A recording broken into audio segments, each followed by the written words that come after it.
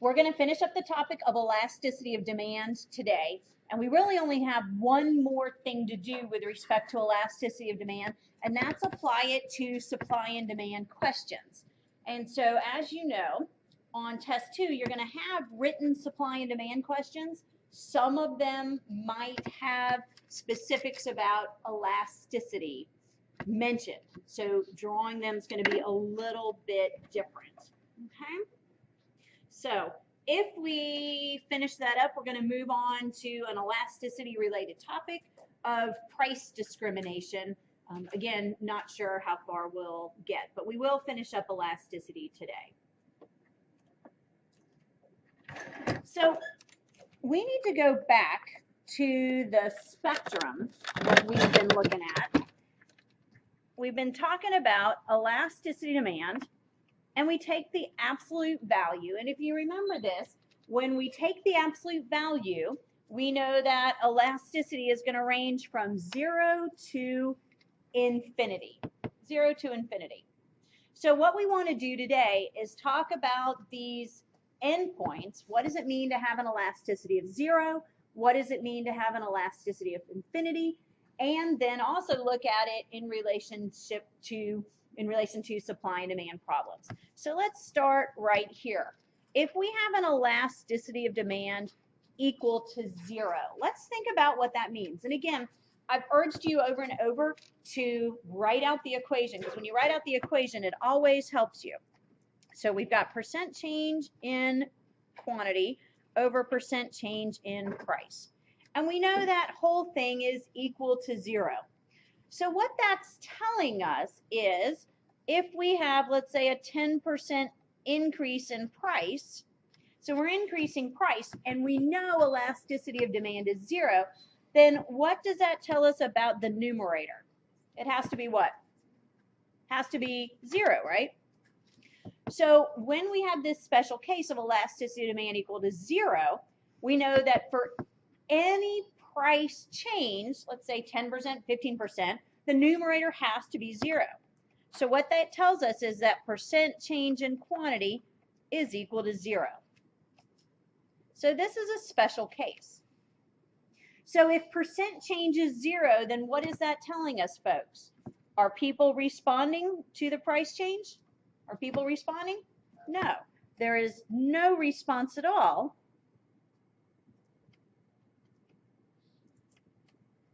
to the price change. There's no response at all to the price change. So can we think of any goods where, at least for a small change in price, you might not change your behavior at all? Is there anything you can think of that if price went up by 10%, maybe you would continue to buy exactly the same amount? Something I don't need? If I don't need it, though, if price goes up, am I still buying the same exact amount if it's something I don't need? No, it's probably something that I what? Something that I need, right? So what about a medicine? You don't have to raise your hand or anything, but if any of you are on a medicine that you need to keep yourself safe and healthy, if price of that medicine went up by 10%, are you cutting back? Anybody cutting back? If you're on insulin, for example, or if you're on something for a heart problem and the price of your heart medicine goes up, are you cutting back? The answer is no. So people don't respond. Now, if your heart medicine quadruples in price, that might be another case, right? Maybe I don't behave this way. But for reasonably small changes in price, it would make sense that for something like a medicine, I'm probably not going to be very price responsive. So let's think about what this would look like graphically. Let's think about what this would look like graphically. So let's say that I normally buy 30 pills a month, and price goes up by 10%.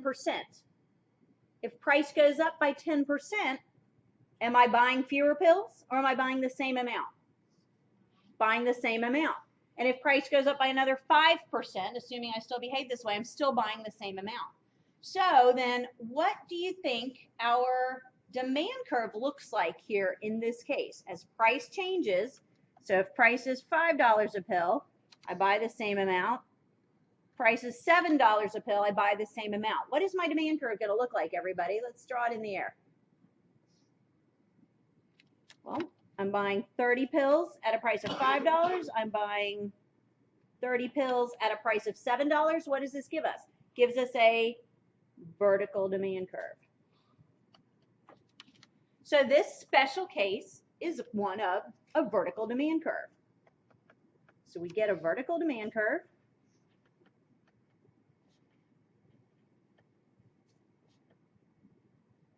And we have a special name for this. We call this special case of a vertical demand curve the case of perfectly inelastic demand.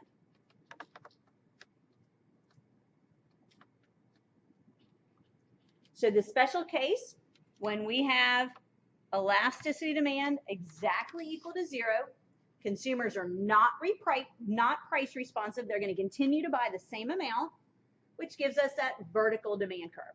So I could give you some supply and demand problems where I tell you that demand is perfectly inelastic. Okay? All right.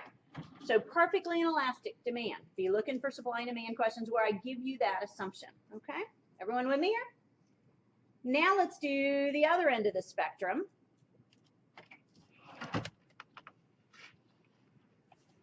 So back to elasticity demand, and remember this is for the absolute value, and it can be as great as infinity. Now this is not quite as intuitive, not quite as intuitive.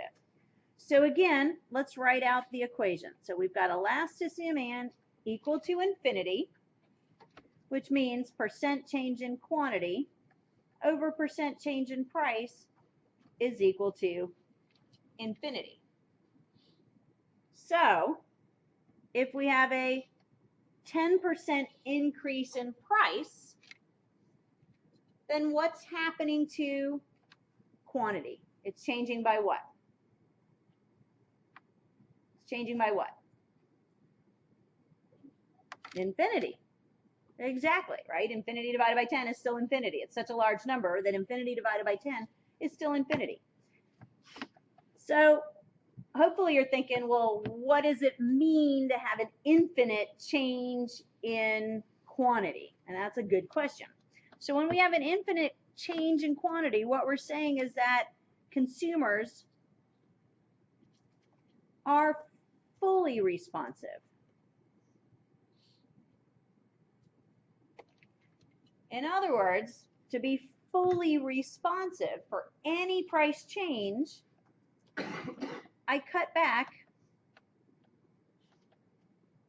all of the way to quantity demanded being 0.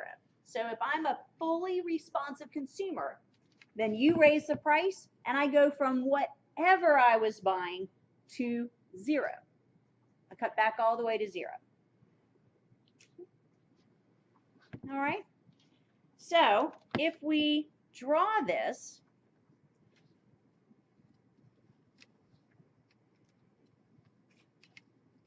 I'm willing to continue buying as long as price is the same. So let's say that price is P0.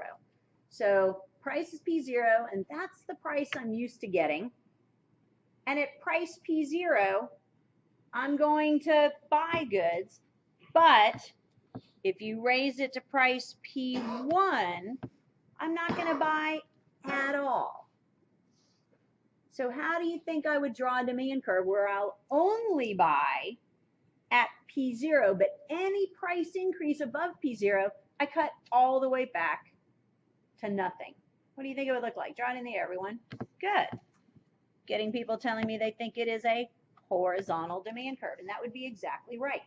Now, there's not a lot of applications of this right here, but we do have some that might look similar. So let's think about the market for wheat. The market for wheat. Now, do you agree in the market for wheat, there are lots of perfect substitutes for my wheat? So I'm farmer Melanie, and I'm selling at price P0. Do you agree if I'm just one individual farmer, there's lots of perfect substitutes for my good? Everyone agree with that? Who are those substitutes? What are those substitutes for my product? If I'm one farmer selling wheat, what are the substitutes for my product that might be perfect substitutes?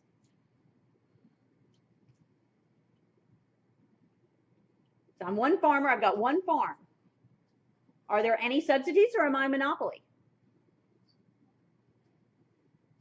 What are the substitutes? Every other farmer's wheat, right? I'm just one farmer. So we want to be clear that if one farmer sells at price P0, we want to remember that we have perfect substitutes available. And where do those come from? From every other farmer.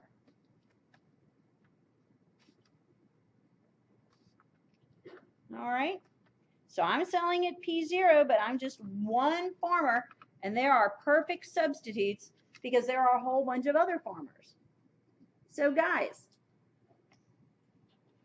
can I raise my price to P1? Can I raise my price to P1 if the market price is P0? If everyone else is charging P0, can I raise my price to P1? I mean, I can, but am I going to be successful? Is anyone buying from me? No.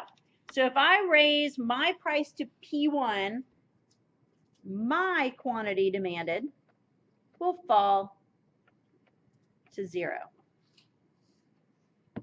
My quantity demanded falls to nothing because there are perfect substitutes available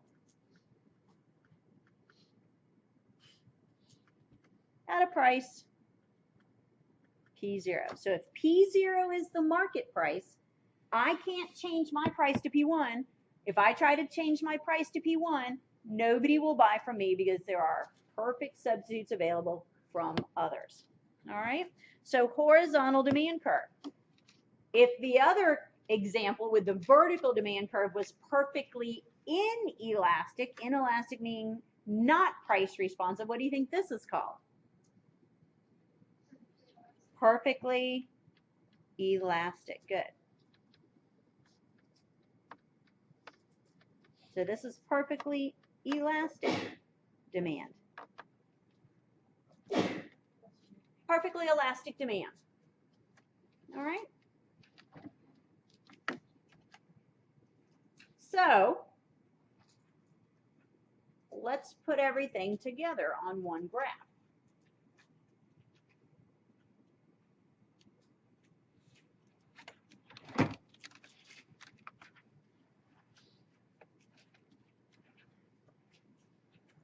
So one graph, we've already said that we have horizontal demand. Let's call that D0.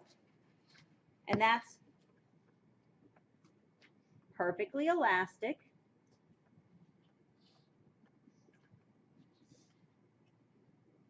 We said that if it's a vertical demand curve, let's call that D1, that it's perfectly inelastic.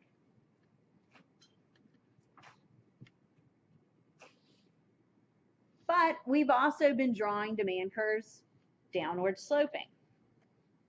What if I drew a demand curve that looked like this? How would you describe that demand curve? We'll call it D3. How would you describe demand curve D3? Is it perfectly inelastic? No. But it's, Danielle, you look like you're saying it? It's what? Unitary? No. Yeah, I'd probably call it very inelastic. Very inelastic, right? It's not perfectly inelastic, but it's pretty inelastic, right? Everyone agree? Are people that price sensitive here? No. People are not that price sensitive. I'll show you in another graph. How do you think we might describe a demand curve that looks like, oops, and that's all supposed to be going through that point, like this, D4. How do you think we would describe one that's really, really shallow? It's not horizontal, but it's somewhat in that direction. How would you describe this demand curve? It's not perfectly elastic, but it's what? Yeah, very elastic. Good. So let's make sure we understand why we know something that's more vertical is inelastic and something that's more horizontal is elastic. All right? So let's draw another graph. All right, so let's put two demand curves on this graph, and then we're going to have a price change. So we've got demand curve D1, oops, and demand curve D2.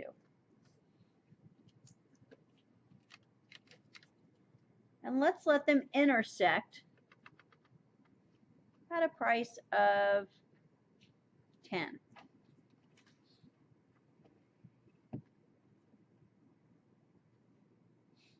So we have two demand curves with very different slopes, right? And hence different elasticities. Not that elasticity and slope are the same thing. Now let's let price change. Let's let price go up to $12.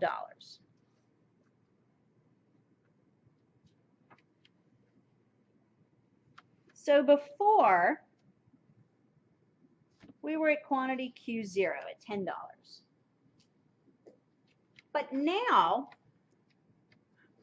if we're on demand curve D1, we're at point A, and we'll call that quantity A. But if we're on demand curve D2, we're on point B and quantity QB.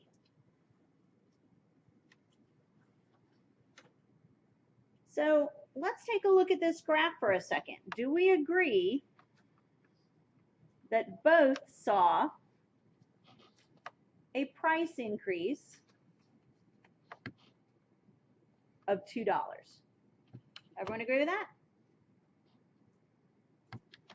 But demand curve D1, what do we see about the change in quantity? The percent change in quantity is relatively small.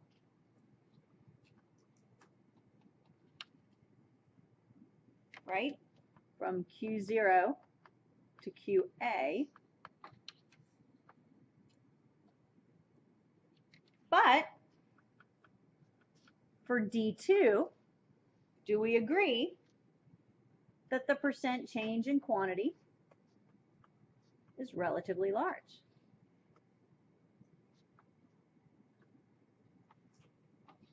Do we agree that for demand curve D2, quantity went from Q0 to QB?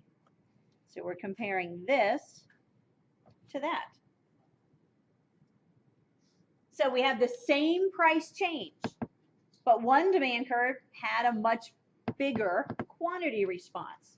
So where are consumers more price responsive? Which one, D1 or D2? More price responsive. Where are they more price responsive? D2, right? So consumers are more price responsive.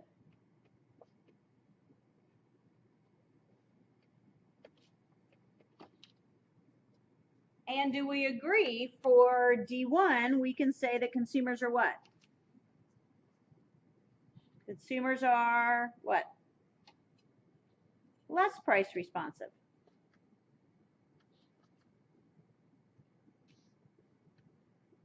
So, same change in price, different behavior. So what can we conclude? Which demand curve is more elastic? Which is more elastic, folks?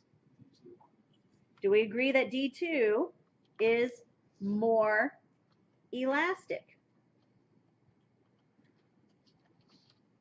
And D1 is more inelastic. All right? So you need to be able to compare in this way. And you need to be able to see it graphically. All right? Does that make sense to everyone? Same price change, different quantity responses here. All right, so now let's apply this to supply and demand.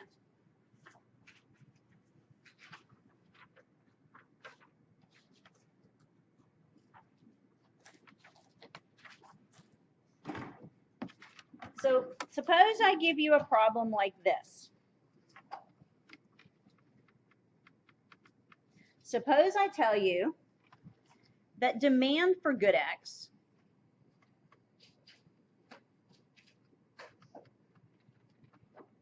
is perfectly inelastic.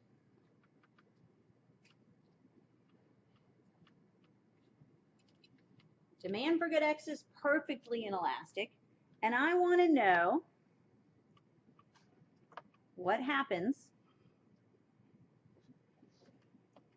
in the market for good X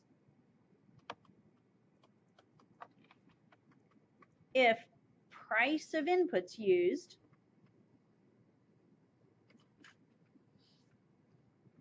to produce X fall.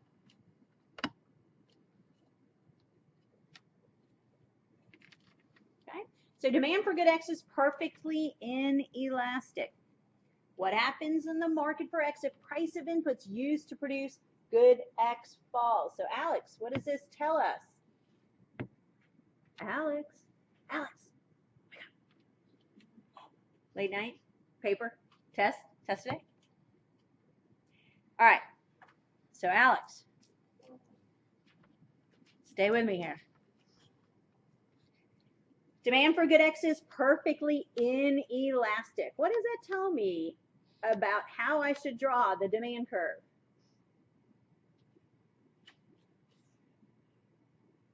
Vertical, good. All right, so when I draw my initial graph, guys, I need to draw it correctly. Now, I haven't told you anything about supply, so we're just going to assume supply is elastic like we've been drawing it. So if I don't tell you anything, then we're going to assume it's elastic. But this is the graph that I need to start with. So I need to label my price and quantity before I shift anything. So now, what do I do with this ceteris paribus assumption? So my ceteris paribus assumption, do we agree? I need to write price of inputs to X are falling. Is that a supply or a demand shock, guys? Supply or demand shock, guys? It is a supply shock, right? So supply of X does what? Does it go up or does it go down? Up or down? Everyone give me an arrow. Good. So if price of inputs go down, that makes supply go up. So how do I draw my supply increase, guys? To the left or to the right? To the right. So draw my new supply curve, S1. Price is P1. And of course, Q1 is exactly the same as it was because this is a perfectly inelastic demand curve. So when I answer this question and I summarize the effects on equilibrium price and quantity, you're going to tell me that equilibrium price has done what? What's happened to equilibrium price? gone down, and equilibrium quantity has done what? Remained constant. So I'll just put no change.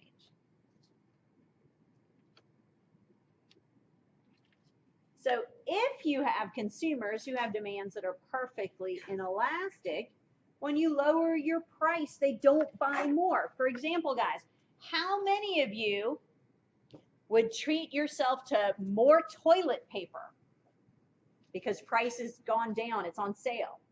Does anyone say, oh gosh, I usually only use like 30 squares, but now I'm going to treat myself to 35 squares because it's cheaper? Does anyone do that? No. My guess is that toilet paper, to some degree, has a somewhat perfectly inelastic demand for us. We probably might stock up at any one time if it's on sale, but generally our consumption of toilet paper doesn't really change. We consume about the same amount. And I'm not going to say, ooh, I'm going to consume more toilet paper this month because price has gone down, right? All right. Everyone understand this example?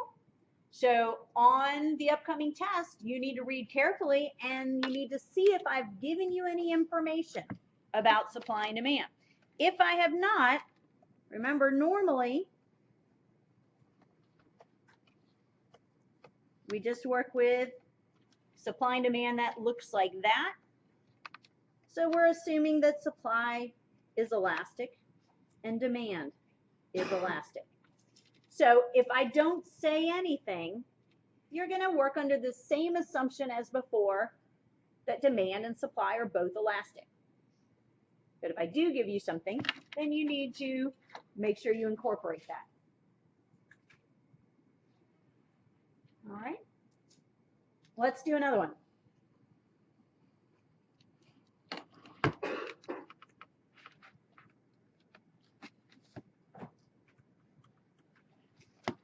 Let's say that the demand for good Y is perfectly elastic.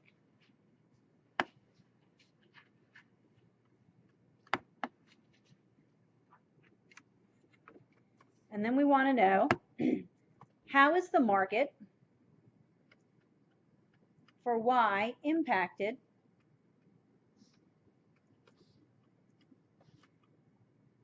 if there is a technological advance in the production of Y?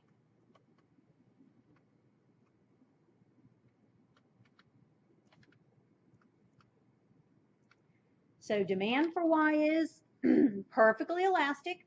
How is the market for Y impacted if there is a technological advance in the production process? All right, I'm going to give you a second and let everybody work this question out on their own.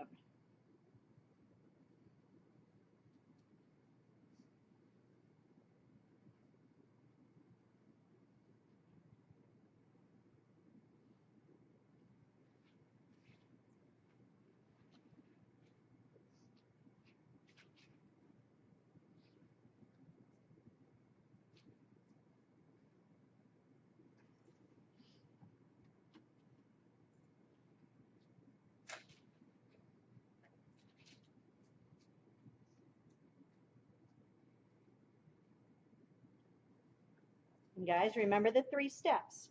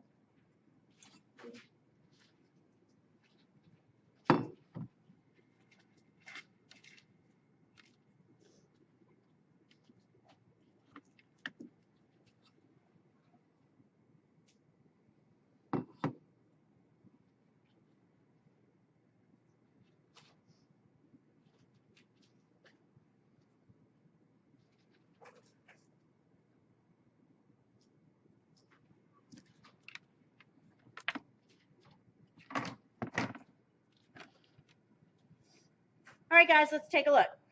So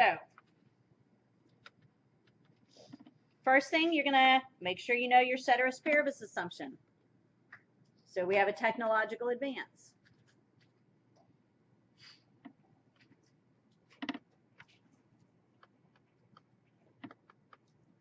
Is this a supply shock or demand shock? Supply. So supply of good Y does what? Increases. Good. All right.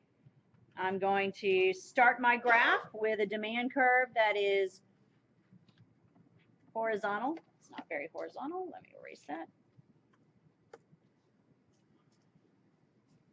Okay. So a demand curve that is horizontal and a supply curve that is elastic, because we haven't said anything about elasticity of supply. So price P0 and quantity Q0. Did everyone shift their supply curve to the right? So you shifted your supply curve to the right, labeled it something new, S1. We have a new equilibrium, so we were at E0 and now we're at E1 with a new quantity Q1. So the summary here, equilibrium price and equilibrium quantity. Does everyone agree equilibrium quantity has what? Increased. Equilibrium quantity has increased. But what about equilibrium price? No change. Good. No change. All right, easy stuff, right? Easy stuff. So again, nothing's hard about supply and demand, but you agree that you have to know your shifters, and then you have to draw the graph as the information suggests. Remember, don't add anything to the question that is not actually there. So don't try to infer and think a few steps ahead, because that's when you start kind of thinking about things that really aren't there. So, all right, guys, we're done with elasticity. This is easy stuff. So elasticity theory. We have calculate elasticity of demand, right? So we need to be able to calculate elasticity. We need to be able to discuss impact on revenue.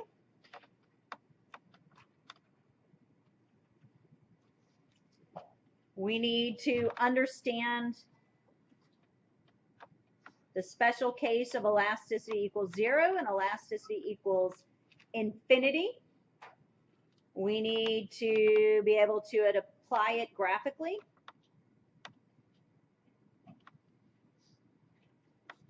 So supply and demand questions, for example. And then we talked about determinants of elasticity. What makes elasticity more or less elastic? So is this a difficult unit, guys? Not particularly. Not particularly. So if supply and demand is a little difficult for you, then make sure you practice that really hard, but this should be something you can get every question right. There shouldn't be any questions missed on this because nothing is difficult, right? Okay. Well, then in our last 13 or 14 minutes, we're going to move on to talk about the idea of price discrimination, because this is our next topic.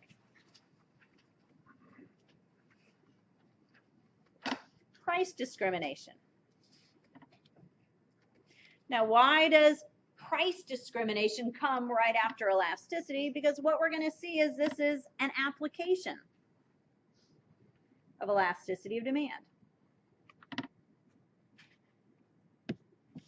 An application of elasticity of demand. All right. So when we talk about price discrimination, we're talking about the act of charging different prices to different consumers.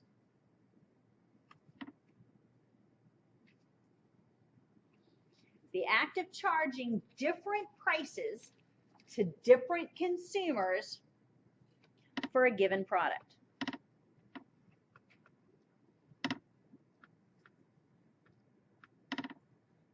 So the act of charging different prices to different consumers for a given product. And you guys have all experienced price discrimination. So let's start with an example and then kind of back into what's going on here. So Sunchase movie theaters. They practice price discrimination because in their pricing, they don't charge the same price to everybody. So I don't know what the prices are exactly, but it's something like $9 if you're an adult. And what do students pay? Anybody know? Students, what do they pay? Is it $9? I think it's like $7. So $7 if you're a student. And I think it's also $7 if you are a child. So in this example, we've got people consuming the same good or service, but they're charging different prices for the same exact product in this case. So we're charging different prices for the same exact service. Now, guys, what do you think is the motivation here for charging you guys only $7? I mean, is it just generosity? Are they just being nice? Is it charity? Oh, poor students. They need a break. Dr. Marks works them so hard with homework every night. They need to get a discount so they can have some fun every once in a while in between all their econ homework. Is that what it's about? Charity? Nah. So what is their motivation? What is their motivation? They want you to come back. Okay, what else? What might be their motivation? Because they want me to come back too, and I have to pay $9. So why are you getting a price discount? Yeah. There's a high population of students in this area. Okay, so there's a lot of you, but there's even more adults in this community than there are students. Why students specifically? Students tend to be tighter on income. So students tend to be tighter on disposable income. Okay. What else might be a reason? Do you have other options? Do you have other options? So there's no other options. Nothing at all that you can do. What can you do with your time on weekends? Besides study. I mean for fun. Of course, not that econ's not fun. Of course it is. But for fun. For fun. Don't laugh. Econ's fun. So for fun, what else can you do? You can, nothing. Y'all have nothing. Y'all are like the saddest group of people I've ever met. Nothing. There's nothing to do. Ever. There's never any parties. We never go bowling. We never go to, an off-campus frat house. Yeah. Oh, I don't know of what you speak, Dr. Marks. Or we never have a spring fling or any kind of movies on campus or events or hypnotists or anything like that. So guys, compared to me, do you have more options? No one's throwing me any frat parties. You're going to find this hard to believe, but no one ever invites me to the frat houses. And no one ever says, oh, Dr. Marks, we want you to go to our sorority bowling night. You got me? And no one ever says, there's a hypnotist on campus, Dr. Marks, you should come. Right? So I think you have more options than me. So I'm going to say that, number one, students tend to be tighter on disposable income, and they have other options.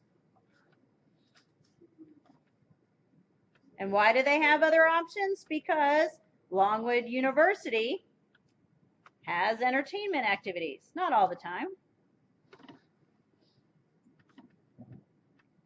But between that and frat houses and going with your friends and hanging at El Patron and those things, you have things to do. All right. So guys, compared to the normal average person like me, you have less income and more choices. So what do you think that tells you about your willingness to go to the movies? Are you more inelastic or do you think you're more elastic? Yeah, I think you're probably more elastic in your demand. So is it possible then that what the movie theater really is doing is giving you a price discount because you're more price sensitive? So if you're more elastic, we need the discount to entice you, right? Do you think the same thing might be true for families with children? Movies are expensive if you're taking 4 people to the movies. So, families with children, same deal. They might also need a discount. So 4 people, tickets, popcorn and drinks, it's very expensive. So they probably also need a discount. Because families with children, what would you expect to be the case for them? Are they more price sensitive or less price sensitive? Yeah, because they've got more people to pay for. So they're going to be more elastic. So if I was to try to come up with a theory here about price discrimination, what are we really doing? It says we're charging different prices to different consumers. What are we really doing? We're giving lower prices to who? Those who are what? Who are what? Who will consume more? But we just talked about how this is related to the idea of elasticity. So what is this really saying? Price discrimination is the act of giving lower prices to people who are what? More price sensitive or more elastic, right? More price sensitive. So guys, Sunchase Movie Theater is a good example of a price discriminator. They have figured out who is more price sensitive and they've given them a discount. And it's not $7 for you because they care about you as students, because they know if you're more elastic, you need the discount to entice you to go there when your money is more tight and when you have other options.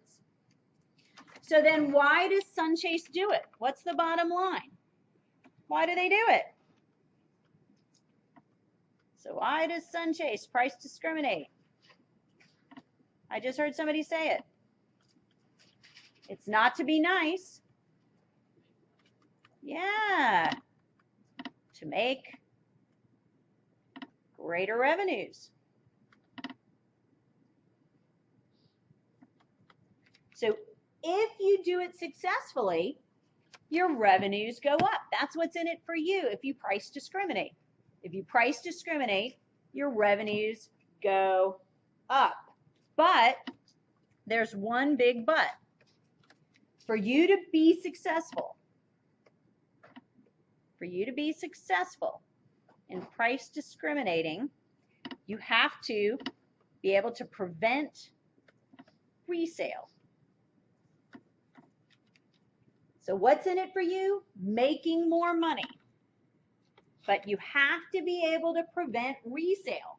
For example, we just said that it's $9 for an adult and it's $7 for a student. And it's $7 for a child. So what if some entrepreneurial child buys up tickets at $7 and then he stands outside the movie theater and he sells them to adults for $8. Would that be a win-win? So the kid makes how much? $1 a ticket, and the adult saves how much? $1 a ticket. It's win-win, right?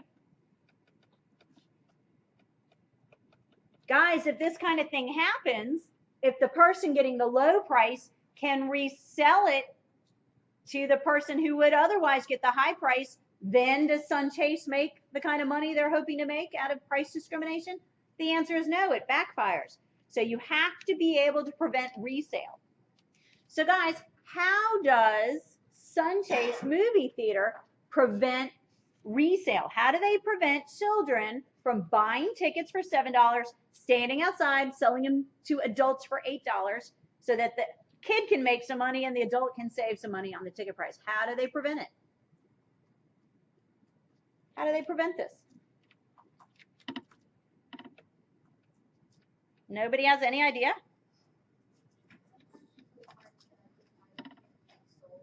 Okay, so sometimes you put a statement that says this cannot be resold. Okay, that's true, but that may not necessarily keep me from being honest. So guys, if you owned Sun Chase Movie Theater and you were worried about this problem, what would you do to keep this from happening? Not sell tickets to children? But I don't think I can do that. If I drop my kids off in the movies, you better sell them a ticket. So I contend there's a much easier way. I could have a stamp on the ticket, or I could have children's tickets be red and adult tickets be blue, or children's tickets could say child and adult tickets could say adult, right? This is simple. I don't have to prevent myself from selling to kids. We just have tickets that are simply marked child or adult. That's all it takes for me to be able to prevent resale. And if I do that, then the child can't buy the ticket and resell them to adults.